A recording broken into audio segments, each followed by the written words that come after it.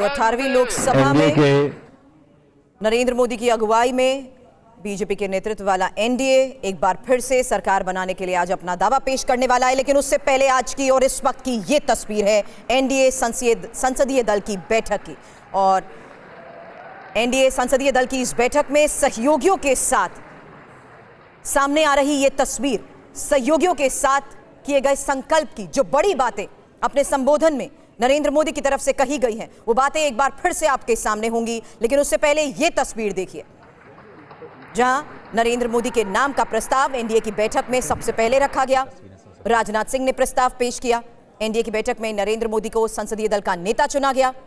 तस्वीरें आपके सामने हैं। नीतीश कुमार, चंद्रबाबू नायडू समेत जेडीएस के कुमारस्वामी, एलजेपी रामविलास पासवान के चिराग पासवान, हिंदुस्तानी आवाम मोर्चा के जीतन राम मांझी और अपना दल की अनुप्रिया पटेल ने एनडीए संसदीय दल के पद पर नरेंद्र मोदी के नाम का समर्थन किया। बीजेपी और एनडीए संसदीय दल का विधिवत नेता चुने जाने के बाद नरेंद्र मोदी के नेतृत्व में एनडीए नेता ने नई सरकार बनाने का दावा पेश करने के लिए अब से थोड़ी देर बाद आपको बता दें राष्ट्रपति भवन का भी रुख करेंगे। लेकिन अब इन तस्वीरों के साथ साथ आपको बता देते हैं कि आज के इस संबोधन में प्रधानमंत्री की तरफ से क्या बड़ी बातें कही गई हैं। नए समीकरण, नए आगाज को देखते हुए किस तरीके से आने वाले वक्त में तीसरे कार्यकाल में गारंटियों को पूरा करने की बात उनकी तरफ से कही गई। 25 करोड़ लोगों को गरीबी से बाहर निकालने की बात, 3 करोड़ गरीबों को घर का संकल्प, और जबकि यह भी बताया कि 4 करोड़ लोगों को पहले ही मिल चुका है और 10 साल के काम तो महज सिर्फ एक ट्रेलर है। माननीय प्रधानमंत्री जी संविधान को नमन कर रहे हैं। वन लाइफ वन मिशन की बात कहते हुए अपने संबोधन का समापन किया नरेंद्र मोदी ने और यह बताया कि किस तरीके से उनका मिशन है भारत माता के लिए काम करना। हालांकि अब जिस तरीके से ये तस्वीरें सामने आ रही हैं, बड़ी बातें इस संबोधन के दौरान जो कही गई हैं वो भी आपको बता दें, क्योंकि यहां प्रधानमंत्री मोदी ने एनडीए को लेकर new India, develop India, aspirational India का जो नारा दिया है, इसी के बारे में चर्चा की मैं शुरुआत करूंगी। इस वक्त सीनियर जर्नलिस्ट अकु श्रीवास्तव सर हमें ज्वाइन कर चुके हैं। अकु जी, सबसे पहले new India, develop India, aspirational India की बात इसलिए क्योंकि इस संबोधन की शुरुआत में बात उस साथ, उस सहयोग और उस अनुभव की गई है जिस पर उन्होंने कई एग्जाम्पल्स देते हुए भरोसा जताया है कि परिणाम अच्छे आएंगे। जी, नरेंद्र मोदी का चुनाव के बाद का पहला बड़ा भाषण और अपने आप में बहुत बड़ी बातें कहता है। खास तौर से जो सबसे बड़ी बात थी कि अपने कार्यकर्ताओं, अपने सहयोगियों में एक नया उत्साह दिखाना, नया उत्साह जनरेट करना और उसके साथ साथ उन आगे बढ़ने की प्रेरणा देना। और इस काम में सबसे अच्छी बात रही कि चंद्रबाबू नायडू ने जिस तरीके से अपनी बात रखी, जिस तरीके से अब उनका उत्साह बढ़ाया, वो अपने आप में 2014-19 की पुनरावृत्ति आने वाला लगता है। और ये भी उन्होंने साफ कर दिया कि आप अफवाहों पर ध्यान दीजिए, ब्रेकिंग न्यूज पर ध्यान मत दीजिए, जो अटकलें फैलाते हैं उन पर मत ध्यान दीजिए, और जो ये दावा करने की कोशिश करते हैं कि हम आपको मंत्री बना देंगे, खास तौर से जो पहले चला आता था उसको, उस प्रथा को लागू नहीं होने पर आज की ये ध्यान देने की तस्वीरें बात किस कही है। तरीके इसका से मतलब विपक्ष ये के हो गया कि सामने वो एक अकूजी झुकेंगे नहीं। संदेश है, क्योंकि राजनाथ सिंह जी की भी हमने बात सुनी जिन्होंने ये बोल दिया था कि गठबंधन कंपल्शन नहीं है, कमिटमेंट है। ये तस्वीरें उन तमाम संशय पर भी विराम लगाती नजर आई आज। बिल्कुल, ये तस्वीरें आप अपने आप में देखिए, एक तरफ बिल्कुल गठबंधन के नेता हैं, दूसरी तरफ भारतीय जनता पार्टी के नेता हैं और सब में एक होड़ सी लगी हुई है उनके साथ फोटो खिंचवाने की, आने की, करने की, चिराग से लेकर के और बाकी सब नेता तक। मतलब पहले दूसरे को जैसे ही खत्म होते हैं, चले जाते हैं, उसके बाद जो जितने राज्यों के मुख्यमंत्री हैं, उप मुख्यमंत्री हैं, वो आपको सब नजर आ रहे हैं सामने और अपने अपने तरीके से जितने सांसद हैं वो नजर आ रहे हैं। प्रधानमंत्री सबसे मिल रहे हैं, सबसे एक अलग तरीके से, जैसे कि इन्होंने एक नई प्रवृत्ति खास तौर से चुनाव के दौरान, मैं नहीं कहता कि ये कोई पहली बार ऐसा हो रहा है, चुनाव से ही उनको ऐसा, मुझे ऐसा लगता है कि आभास हो गया था कि स्थितियां ऐसी आएंगी। तो वो सबसे उसी तरीके से एक गठबंधन की सरकार की एक भूमिका रखने के लिहाज से काम करते रहे हैं और उन्होंने विपक्ष पर भी कोई मतलब तीर कसने में पुरानी आदतों के तहत कोई देरी नहीं की और कहा कि अब ईवीएम पर कहाँ खतरा हो गया, कैसा खतरा हो गया, अब कोई बात नहीं कर रहा है। तो एक उनका चुटीलापन अक्कू जी, कुछ जारी देर रहा के लिए है आपको विपक्ष रोक पर। रही हूँ और नीतीश कुमार ने भी जिस तरीके से आज बड़ी बात कही है उसके बारे में आपसे सवाल करूंगी। उससे पहले मैं बता दूं, इस वक्त सीधे संसद परिसर का ही रुख करते हैं। आनंद प्रकाश पांडे हमारे सहयोगी इस वक्त हमें ज्वाइन कर चुके हैं। आनंद, एक तो संभव हो तो सीधी तस्वीरें भी दिखा दीजिए और आगे भी जो प्रक्रिया है, किस तरीके से नई सरकार दावा पेश करने के लिए राष्ट्रपति भवन का वो रुख करेंगे, इस बारे में भी एक क्विक अपडेट।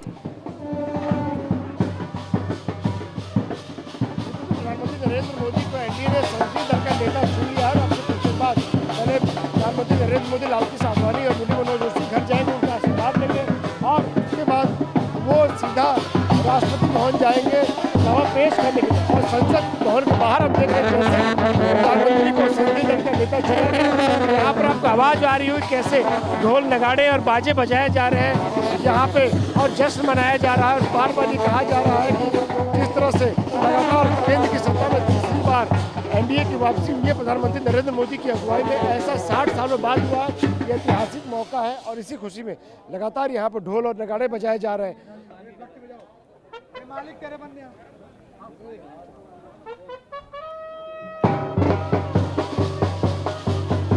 आनंद, मैं आती हूँ जल्द आपके पास, लेकिन इस बीच ये आज की तस्वीरें भी लगातार हम दिखा रहे हैं। और अक्कू जी, जिस बात का मैं जिक्र कर रही थी वो था नीतीश कुमार का बयान, जिन्होंने ये तो कह दिया और कि उनके नेतृत्व में जेडीयू हमेशा साथ रहेगा और अगली बार जो सीटें रह गई हैं वो जीत जरूर हासिल करेंगे। यानी नीतीश कुमार को लेकर जिस तरीके से एक एक्सक्लेमेशन लगाने की विपक्ष की तरफ से कोशिश की जाती थी, आज उन्होंने भी फुल स्टॉप लगा दिया।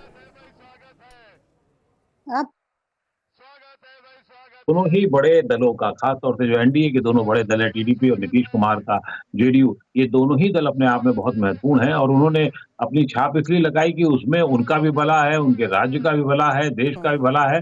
और वो अगर जरा सा भी हिले डुलेंगे तो देश की राजनीति के लिए नुकसान है, बाकी स्थितियों के लिए नुकसान देंगे। इसलिए उन्होंने पक्के तौर पर मुहर लगाने की कोशिश की ताकि उन पर कोई संशय ना हो, उन पर कोई दिक्कत ना हो जी। और वो अपनी राजनीति भी ठीक से कर सकें। और वो निश्चित रूप से बिना केंद्र के सपोर्ट के, केंद्र के बड़े सपोर्ट के, मैं ये नहीं कह रहा हूँ कि स्पेशल स्टेटस आज ही मिल जाएगा या सरकार बनने के बाद ही मिल जाएगा, और ना ही बहुत जल्दी मिलने की वो होगी, लेकिन स्पेशल स्टेटस सरीखे जो सुविधाएं हैं वो जरूर निश्चित रूप से मिल जाएंगी। और सबसे पहला काम मुझे लग रहा है जी। जो इस दिशा में होने जा रहा है, जी। जो और मांगों के लेकर के या जो विवादित चीजें थी, वो अग्निपथ और अग्निवीर को लेकर के है, जो शायद पहले जल्दी सॉर्ट आउट किया जा सकता है। क्यों? क्योंकि ऑलरेडी केंद्र सरकार में बिल्कुल, और यही मंत्रालय देखना में होगा कि आने वाले वक्त में किस तरीके से अगले विजन की बात वो रखेंगे। लेकिन बहुत बहुत शुक्रिया अक्कू जी हमें ज्वाइन करने के लिए। नीरजा चौधरी सीनियर जर्नलिस्ट इस वक्त हमें ज्वाइन कर चुकी हैं।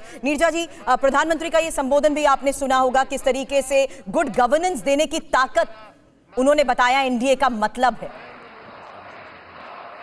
और एक बहुत सिग्निफिकेंट चीज उन्होंने कही कि कंट्री को हम कंसेंसस से रूल करेंगे। जो ये माना जाता था कि बहुत मजबूत सरकार बीजेपी अपना ही चलाएगी, मनमानी करेगी, अगर पिछले 10 सालों में ज्यादा तूल नहीं दिया गया, खासकर पिछले 5 सालों में, क्योंकि पावरफुल सरकार थी 303 की, तो एलाइज को इतना तूल नहीं दिया गया कुछ, और एलाइज छोड़ के भी चले गए, फिर उनको वापस लाए। तो ये सब कुल मिला के मुझे जो सबसे सिग्निफिकेंट चीज लगी, उन्होंने ये तो कहा कि एनडीए सबसे पुरानी अलायंस है, सक्सेसफुल अलायंस है, और लेकिन कि हम देश को कंसेंसस से चलाएंगे। एक और चीज मुझे इंटरेस्टिंग लगी जो कि चंद्रबाबू नायडू ने कहा, उनको प्रशंसा करते हुए प्रधानमंत्री के नेतृत्व को, लेकिन कहा कि एनटी रामाराव को कोट करते कहा कि हम टीडीपी बिलीव करती, किसी इज्म में नहीं बिलीव करती, सिर्फ हम ह्यूमनिज्म में बिलीव करते हैं। तो क्या ये उसकी विचारधारा होगी एनडीए की, ये एक गाइडिंग फोर्स होगा?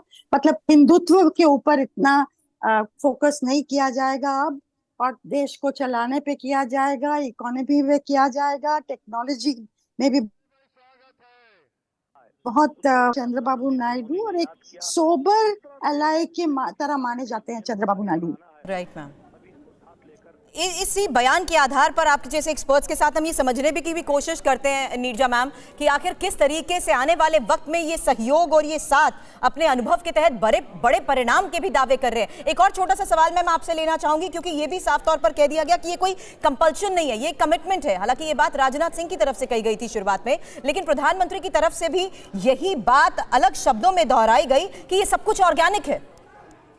हाँ, नहीं वो तो ऑर्गेनिक है कि नहीं, वो तो एक स्थिति पॉलिटिकल पैदा हो गई, लेकिन जो शब्दावली यूज की गई है वो यही है कि हम इसको चाहते हैं, हमारी कंपल्शन नहीं है, हम किसी प्रेशर में आके नहीं कर रहे, लेकिन हम चाहते हैं। और ये तो बात सही है कि 2014 में हालांकि भाजपा की मेजोरिटी थी, फिर भी उन्होंने एनडीए की सरकार बनाई, 19 में भी एनडीए की सरकार बनाई, लेकिन एलाइज को उतना इम्पोर्टेंस नहीं दिया गया था क्योंकि उनकी अपनी मेजोरिटी थी। तो अब ये देखने लायक चीज होगी कैसे ये नेविगेट करते हैं।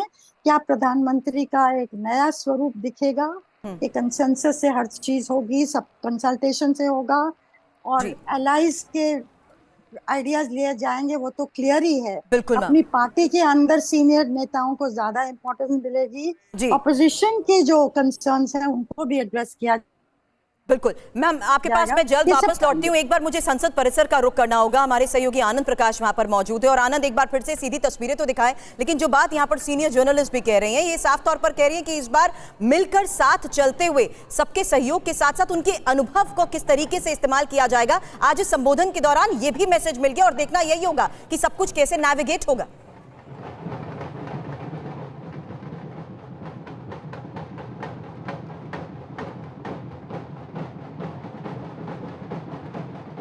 आनंद, क्या आपको मेरी आवाज मिल रही है?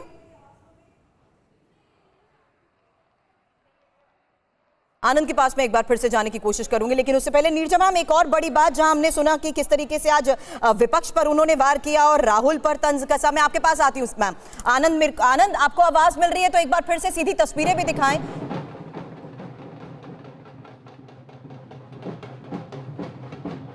प्रधानमंत्री नरेंद्र मोदी के एनडीए संसदीय दल का नेता चुनने के बाद अंदर आपने उत्साह सुना, तालियों की गड़गड़ाहट सुनी, तो वही संसद भवन के बाहर भी आप देख सकते हैं कि लगातार यहाँ पर ढोल नगाड़े बजाए जा रहे हैं, घंटाले बजाए जा रहे हैं, बीजेपी के झंडे यहाँ पर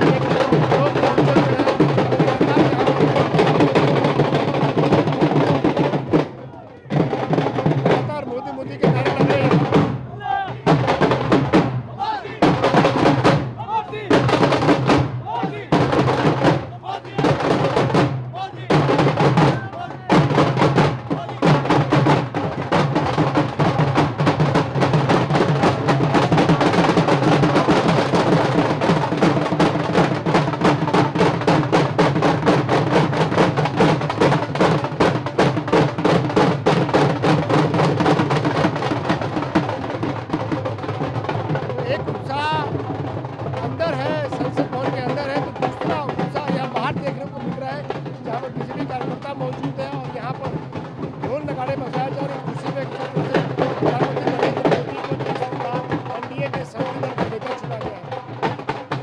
देश के सबसे सफल अलायंस की बात कहते हुए ये भी तस्वीर अंदर हमें देखने को मिली कि किस तरीके से सबका जोश आया था, विश्वास से भरे सब नजर आ रहे थे। संबोधन के बाद क्या बाहर आते सांसदों से बात संभव हो पाई अभी तक?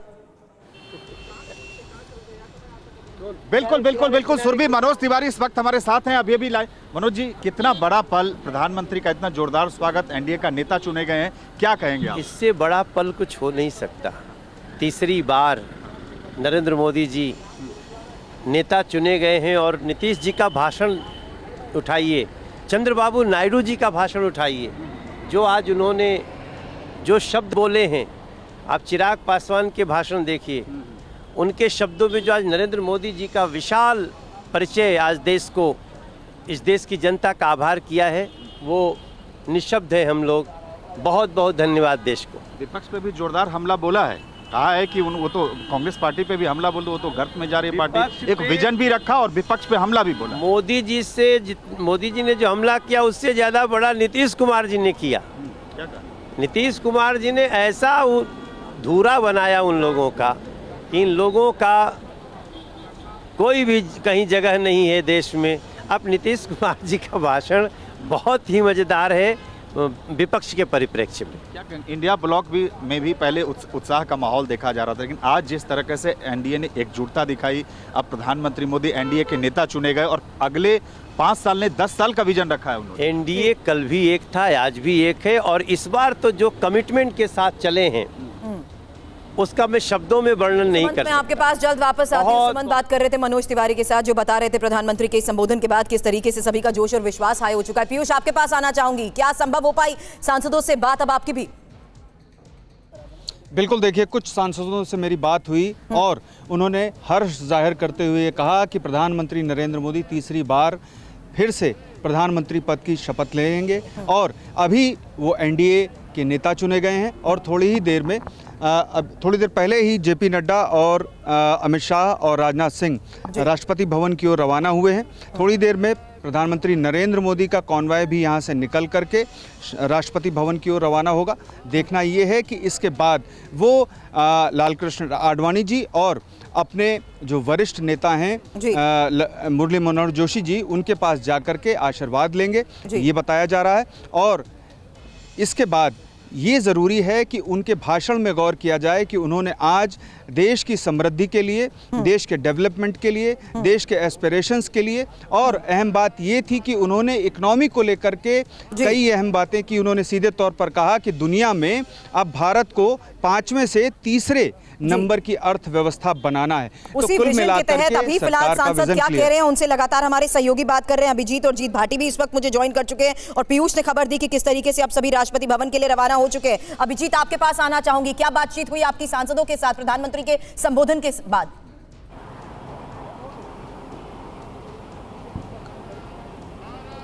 देखिए, जितने भी सांसद हैं उनका उत्साह बढ़ाने का काम प्रधानमंत्री मोदी ने किया और वही उत्साह सांसदों के अंदर दिख भी रहा था जब वो बैठक के बाद बाहर निकले थे। जब संसदीय दल का नेता प्रधानमंत्री नरेंद्र मोदी को चुन लिया गया, उसके बाद जब वो बाहर निकले तो वही उत्साह के साथ वो अपने बयान भी दे रहे थे और वो कह रहे थे कि और जोश के साथ वो एनडीए 3.0 में काम करने के लिए पूरी तरीके से तैयार हैं। लेकिन फिलहाल मैं लालकृष्ण आडवाणी के आवास के बाहर मौजूद हूँ, जहाँ पर सुरक्षा बढ़ा दी गई है और ऐसा कहा जा रहा है कि प्रधानमंत्री नरेंद्र मोदी राष्ट्रपति भवन से निकलने के बाद लालकृष्ण आडवाणी और मुरली मनोहर जोशी के आवास पर पहुंचेंगे, उनसे आशीर्वाद लेंगे, जैसा कि परंपरा रही है। जब पहली बार सरकार बनी, दूसरी बार बनी और अब जब तीसरी बार वो सरकार बनाने के लिए पूरी तरीके से तैयार है। आज राष्ट्रपति से मुलाकात होने के बाद वो यहां पर पहुंच सकते हैं और उसी तरह की व्यवस्था जो है वहां पर की गई है। सुरक्षा का जो रूट है वो भी जल्द आपके पास आपके पास आती हूँ। जीत भाटी उस जगह पर मौजूद है जहां से सांसद फिलहाल एग्जिट कर रहे हैं। जीत, ओवर टू यू।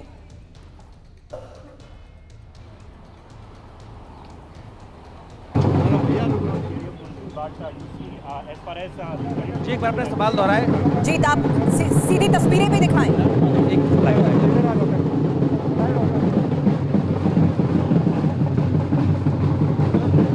माफ कीजिएगा, सवाल अगर मुझसे ना शोर बहुत ज्यादा मैं सुन नहीं पा रहा हूँ। जीत, मैं जानती हूँ शोर तक आप सवाल नहीं सुन पा रहे हैं, लेकिन संभव हो तो पहले एक बार सीधी तस्वीरें आप जरूर दिखा दें।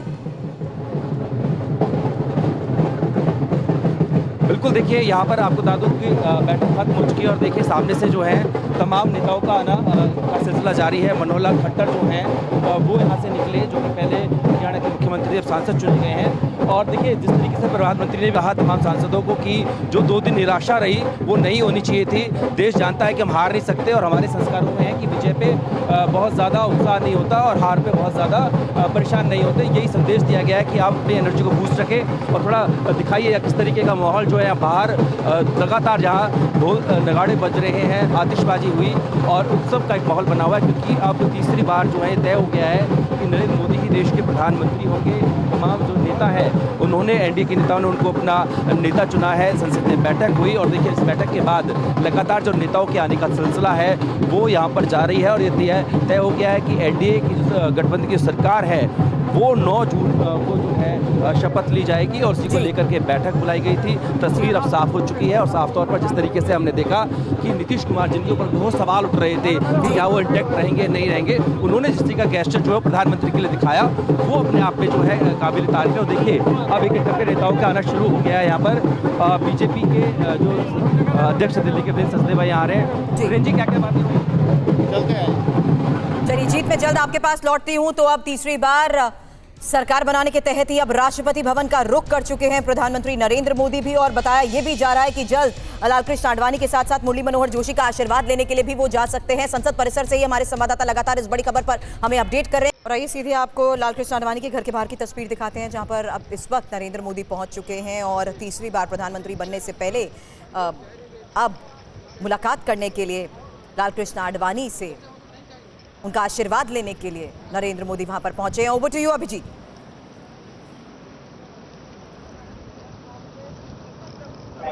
आवाज के अंदर वो जा चुके हैं, तो मुलाकात होगी और उसके बाद वो यहाँ से भाजपा के वरिष्ठ नेता है उनके पास पहुंचेंगे, ऐसी जानकारी सामने आ रही है। तो सामने जो हम आपको तस्वीरें दिखा रहे हैं, ये प्रधानमंत्री नरेंद्र मोदी का काफिला है जो कि अभी अभी इस जगह पर पृथ्वीराज रोड पर पहुंचा है, जहां वो लालकृष्ण आडवाणी से मुलाकात करने के लिए पहुंचे हैं। TV9 भारतवर्ष के लिए संदीप के साथ दिल्ली से मैं अभिजीत ठाकुर। अभिजीत, हमारे सहयोगी लगातार हमें जिस तरीके से रिपोर्ट्स भेज रहे हैं, ये सीधी तस्वीरें वो दिखा रहे थे कि किस तरीके से उनका काफिला फिलहाल लालकृष्ण आडवाणी के घर पर पहुंच चुका है। कुमार कुंदन इस वक्त हमें ज्वाइन कर चुके हैं, मुरली मनोहर जोशी के पास भी वो जल्द पहुंचेंगे। कुंदन, निश्चित रूप से सुरभि, देखिए हमारे यहाँ एक परंपरा रही है कि कोई भी शुभ काम करने से पहले अपने बड़ों से आशीर्वाद लेने की जो परंपरा है, और वो दो लोग जिन्होंने पार्टी को 2 सांसदों से लेकर शिखर तक पहुँचाया है, ताजपोशी से पहले उनसे आशीर्वाद लेना और एक तरह से पुरानी परंपरा रही है। सुरभि, मैं आपको बताऊं कि इससे पहले भी प्रधानमंत्री नरेंद्र मोदी और अमित शाह लालकृष्ण आडवाणी और मुरली मनोहर जोशी जी के घर पे आते जाते रहे। मैं एक तस्वीर दिखाना चाहता हूं। इस वक्त मैं मुरली मनोहर जोशी के घर के सामने खड़ा हूं और यहाँ पे पूरी सिक्योरिटी टाइट कर दी गई है, रोड ब्लॉक कर दिए गए हैं दोनों तरफ से, और सिर्फ सिक्योरिटी और तमाम तरह की गाड़ियाँ जा रही हैं। अब से कुछ ही पलों में, मुझे लगता है अगले 5 मिनट में यहाँ प्रधानमंत्री पहुँचने वाले हैं और पहुँच के यहाँ पे वो एक तरह से जो आशीर्वाद है वो लेंगे और उसके बाद यहाँ से निकलेंगे।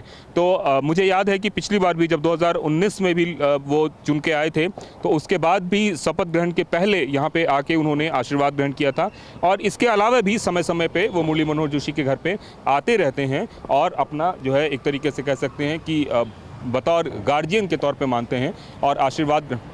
बल्कि जो तस्वीरें आप दिखा रहे हैं और जिस बात का जिक्र कर रहे हैं आप कुंदन, आज तो एनडीए की महाविजय की बात करते हुए भी अपने संबोधन में उन्होंने कई बड़ी बातें कही हैं। आपके पास जल्द वापस आती हूं, उससे पहले एक बार फिर से अभिजीत आपके पास आना चाहूंगी, दिखाएं सीधी तस्वीरें।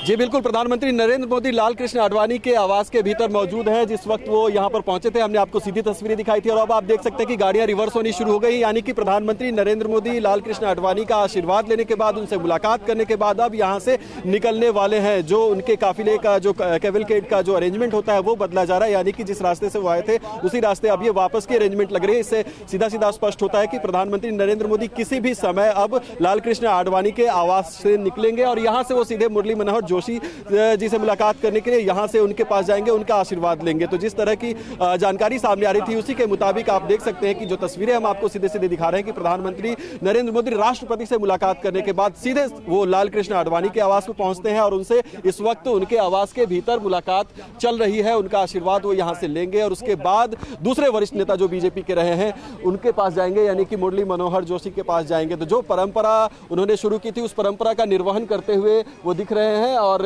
ऐसी ही जानकारी सामने से आ रही है कि अभी उनकी मुलाकात बहरहाल लालकृष्ण आडवाणी से उनके आवास के भीतर हो रही है। तस्वीरें आने का रहेगा इंतजार। अभिजीत और कुंदन, आप दोनों बने रहे हमारे साथ।